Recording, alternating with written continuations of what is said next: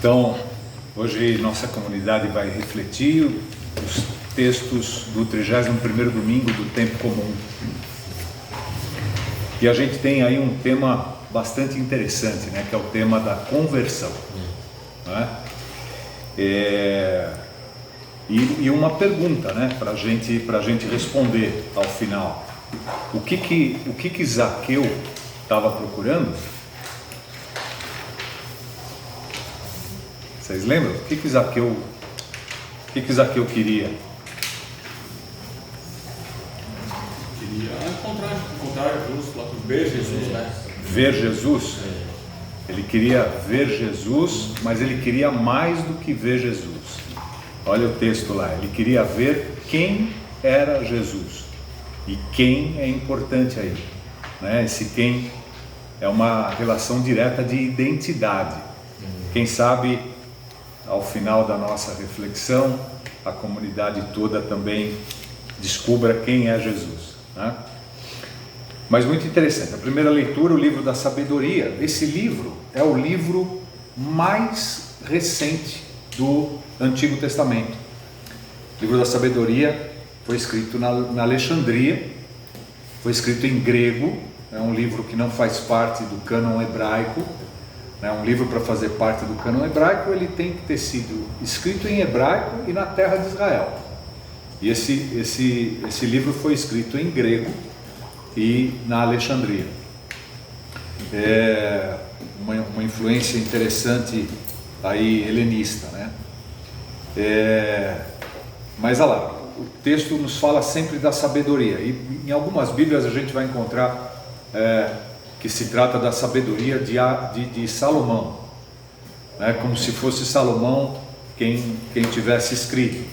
Mas isso é só um artefato, né, literário, porque de fato ele deve ter sido escrito no ano 10, talvez 20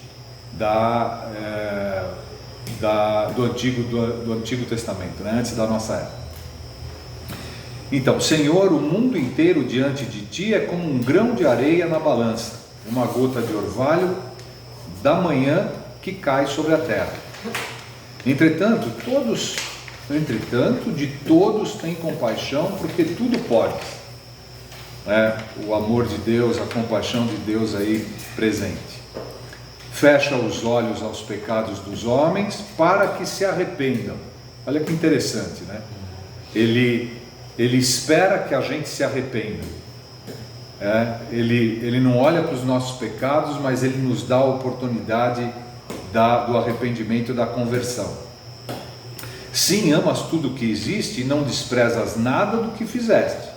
Por quê? Se odiasses alguma coisa, não a terias criado. Interessante, né? Então tudo que é criado foi obra de Deus. E ele não despreza nada do que ele criou. Da mesma forma, como poderia alguma coisa existir se não a tivesses querido? Ou como poderia ser mantida se por ti não fosse chamada? A todos, porém, tu tratas com bondade, porque tudo é teu, Senhor, amigo da vida. É interessante.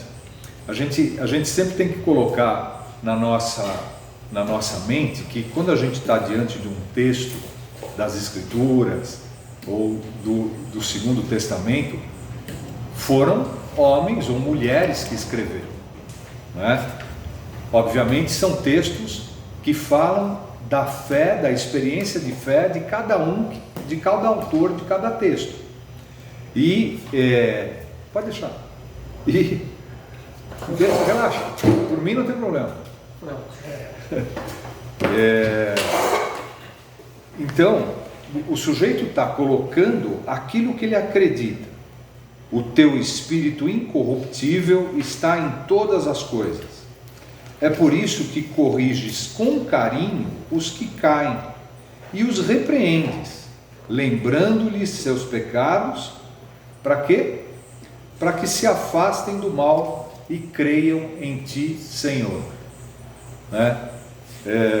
Muito interessante essa última ideia. Por isso é que corriges com carinho. Corrigir com carinho, né? Coisa do amor de Deus, que caem e os repreendes, lembrando-lhes seus pecados, mas com um objetivo, para que eles se afastem do mal e creiam em ti, Senhor. Lá no Evangelho nós vamos ter um link interessante com essa ideia aqui, né? Se afastar do mal e crer. Esse crer é muito rica essa reflexão que a liturgia nos coloca nesse final de semana, do 31º domingo do tempo comum. Porque crer significa eu acredito, eu tenho fé, e isso é um dom, né? A fé é dom que Deus nos deu, mas São Paulo vai nos mostrar lá na segunda leitura que esse dom é ativado também por nós, né? E de que maneira? A gente já vai ver. O Salmo: bendirei eternamente o vosso nome, para sempre, ó Senhor, o louvarei. Deus que é digno de todo louvor, né? Que vossas obras, ó Senhor, vos glorifiquem. As nossas obras também glorificam a Deus, e os vossos santos com louvores vos bendigam. Narrem a glória e o esplendor do vosso reino, e saibam proclamar o vosso poder. As obras que narram a glória e o esplendor do reino de Deus, para que essas obras proclamem o poder de Deus. A segunda leitura, né, de São Paulo aos Tessalonicenses. As duas cartas aos Tessalonicenses foram as primeiras cartas que São Paulo escreveu. E quando ele estava em Tessalônica, vocês lembram? Lá nos Atos dos Apóstolos, capítulo 17, Paulo está fazendo uma pregação em Tessalônica, né, uma cidade de cultura grega, exatamente dizendo que a fé que ele proclama é a fé em Jesus Cristo morto e ressuscitado. E quando ele estava fazendo essa pregação, ele teve muita resistência de uma parte dos judeus. E ele foi obrigado, inclusive, a sair de Tessalônica, junto com Timóteo, e foi para Atenas. De Atenas ele foi para Corinto. E ele estava em Corinto quando ele escreveu a primeira e a segunda carta aos Tessalonicenses. Foram as duas primeiras cartas de Paulo. E aí, irmãos, não cessamos de rezar por vós. Por quê? Porque ele tinha feito aquela pregação de que Jesus era o Messias, ele era o Cristo, né? E ele morreu e ressuscitou, mas teve resistências, né? Então ele lembra: não cessamos de rezar por vós, para que o nosso Deus vos faça dignos da sua vocação. Que vocação? A vocação de cristãos que acreditam no Cristo morto e ressuscitado. Que ele, por seu poder, realize todo o bem que desejais e torne ativa a vossa fé. Olha, interessante a resposta lá para a primeira leitura também. Ativar a fé, né? Que o Senhor Deus ative a nossa fé. Assim, o nome de nosso Senhor Jesus Cristo será glorificado. Glorificar o nome do Senhor, como dizia o Salmo. Tudo bem ligadinho nessa liturgia, né? No que se refere à vinda do nosso Senhor Jesus Cristo e à nossa união com Ele, nós os pedimos, irmãos, não deixeis tão facilmente transtornar a vossa cabeça, nem vos alarmeis por causa de alguma revelação ou carta atribuída a nós, afirmando que o dia do Senhor está próximo. Vejam aí, dia do Senhor em letra maiúscula, né? Havia uma expectativa de que Jesus voltaria muito rapidamente e que estava para acontecer, e talvez tivesse alguma fofoca lá em Tessalônica dizendo que seria iminente, urgente, ele estava para chegar, né? Esse dia nenhum de nós sabe, né? Então calma, dá tempo da gente viver a nossa fé enquanto nós estamos aqui, né? De dar testemunho pelo nome de nosso Senhor Jesus Cristo. Bastante interessante isso. E o Evangelho, esse Evangelho é uma pérola de São Lucas, né? É muito rica essa ideia. Vejam lá, Jesus tinha entrado em Jericó e estava atravessando a cidade. Vocês lembram que São Lucas coloca Jesus subindo para Jerusalém. Ele ia de Jericó para Jerusalém. E claro que esse texto é escrito, muito provavelmente, inclusive, após a destruição do templo de Jerusalém pelos romanos, provavelmente depois do ano 70. Então é um texto que está sendo escrito 30, talvez 40 anos depois da morte e ressurreição de Jesus, né?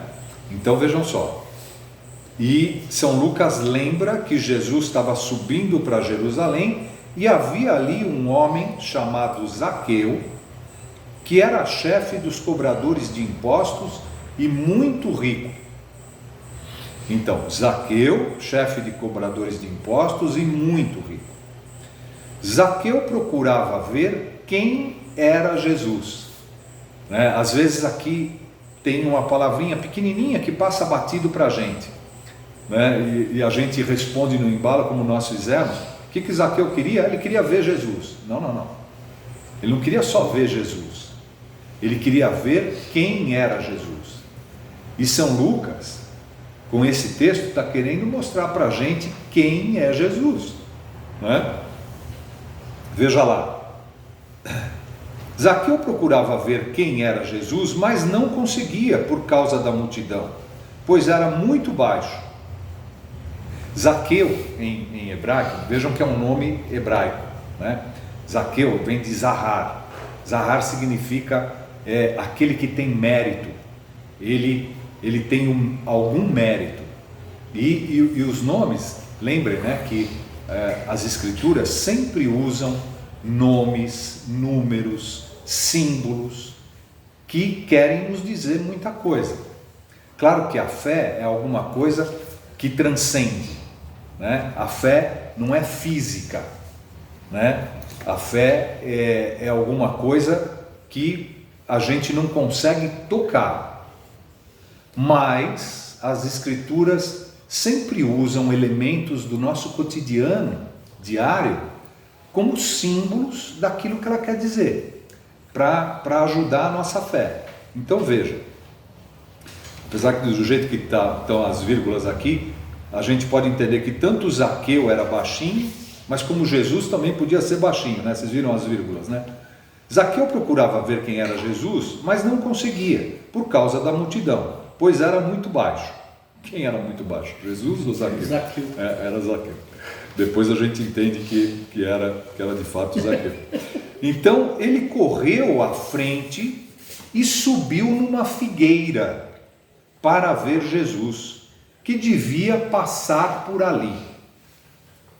Vejam só, aqui também o texto original grego está escrito sicômoro, não está escrito figueira. Para a gente tem um conceito de figueira, infelizmente no Brasil a gente tem poucas figueiras altas e grandes, né? Normalmente as figueiras, os nossos pés de figo são mais, né, baixinhos, né? São pequenininhos. De vez em quando a gente vê uma figueira grande, mas a ideia do texto original é que ele subiu num sicômoro. E o sicômoro, muita gente inclusive relaciona também o sicômoro, a fruta do sicômoro, como um figo, né? Mas ela dá uma vagem, né? O sicômoro original de Israel. E é uma árvore maior, né? Uma árvore forte, uma madeira grande. Então vejam só, ele correu à frente, subiu numa figueira para ver Jesus, que devia passar por ali. Quando Jesus chegou ao lugar, olhou para cima e disse: Zaqueu, desce depressa, hoje eu devo ficar na tua casa. Reparem que Lucas está falando do Cristo morto e ressuscitado, né? Jesus morto e ressuscitado sempre passa. E quando ele passa, se ele é identificado, ele para. Vocês lembram da história do cego Bartimeu? Lembram? Jesus estava passando e Bartimeu sabe que Jesus está passando e ele grita: Jesus, filho de Davi, tem compaixão de mim. E o texto diz que Jesus se retém, Jesus para, Jesus se detém, ele para. Então, Zaqueu queria ver quem era Jesus. Jesus vê Zaqueu e diz: desce depressa. Por que desce depressa? Então vejam só, o símbolo da árvore lembra madeira. Madeira, Jesus foi crucificado no quê? Numa cruz de madeira.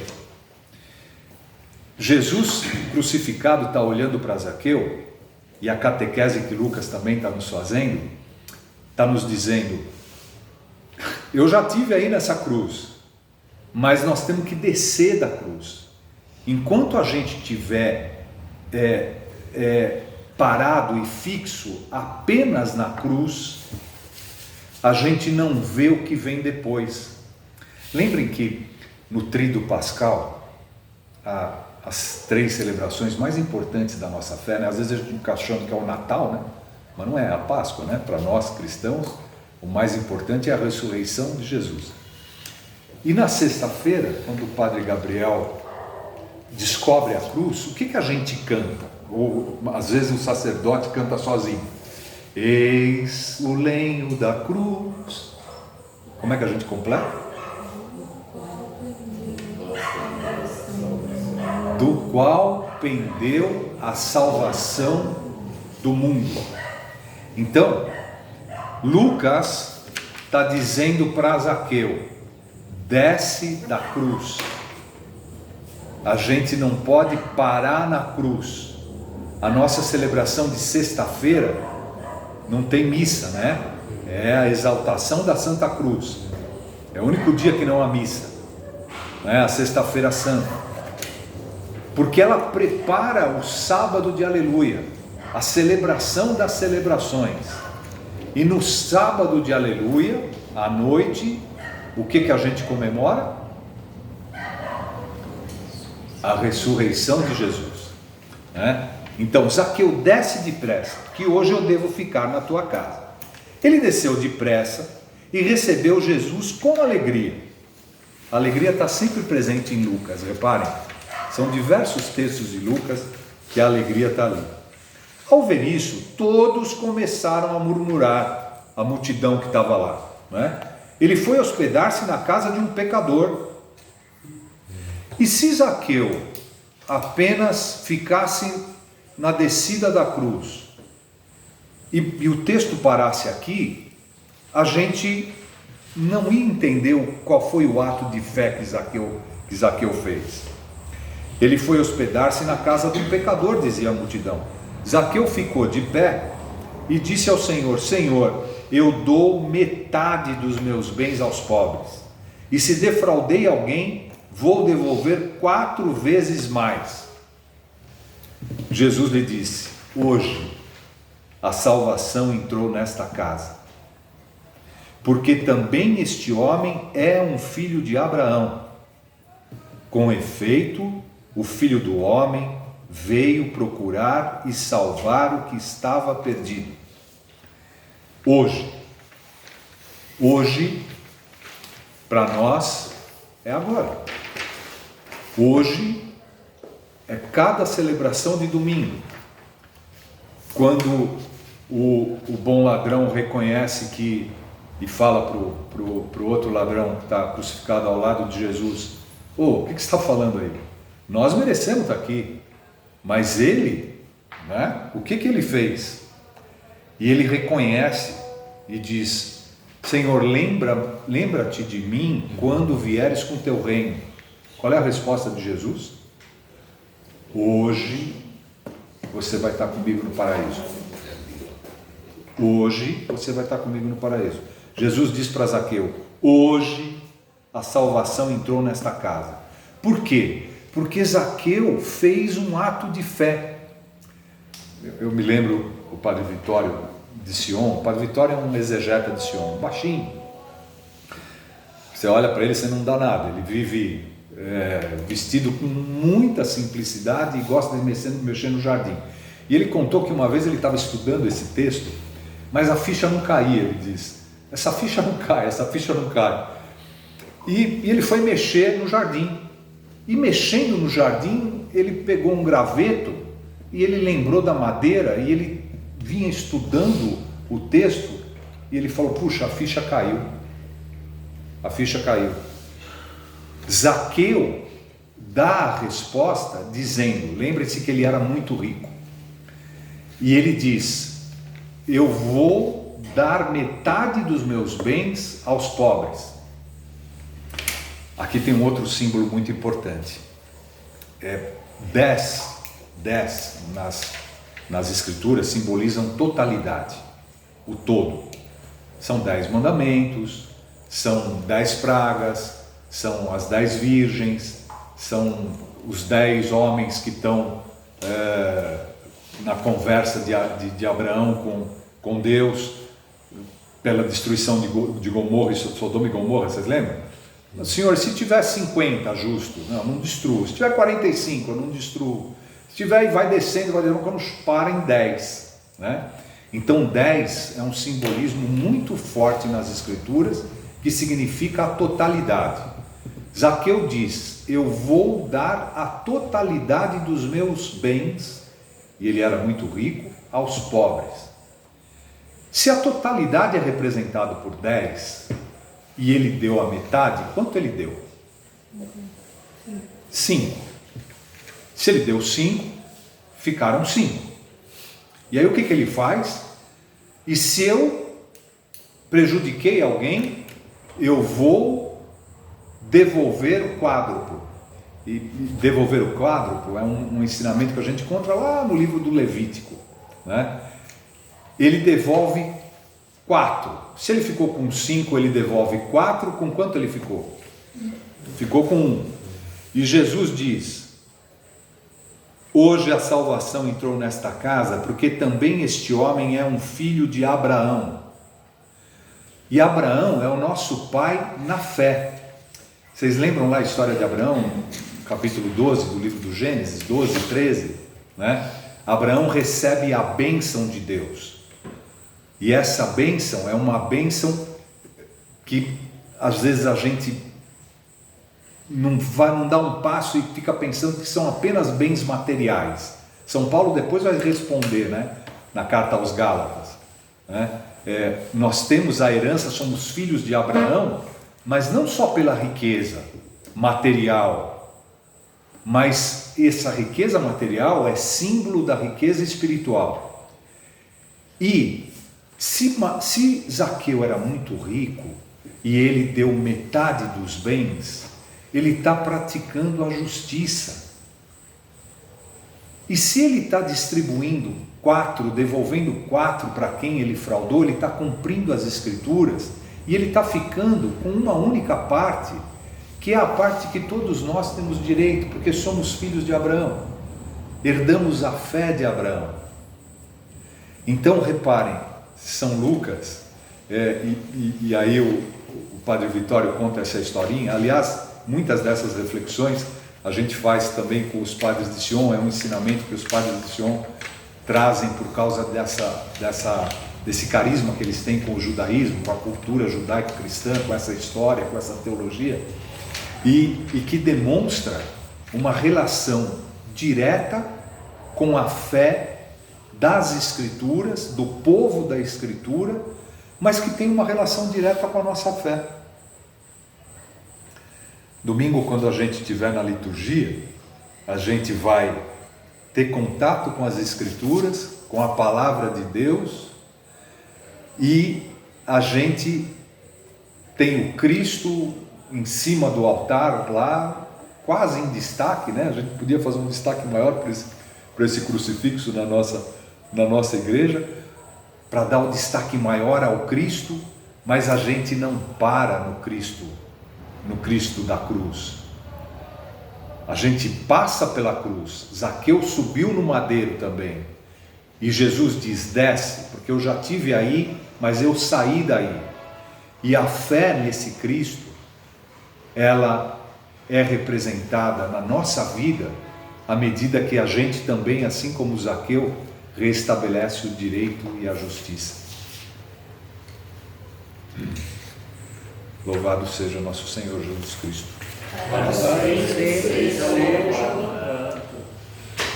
Muito bem, então essa a visão bíblico-teológica da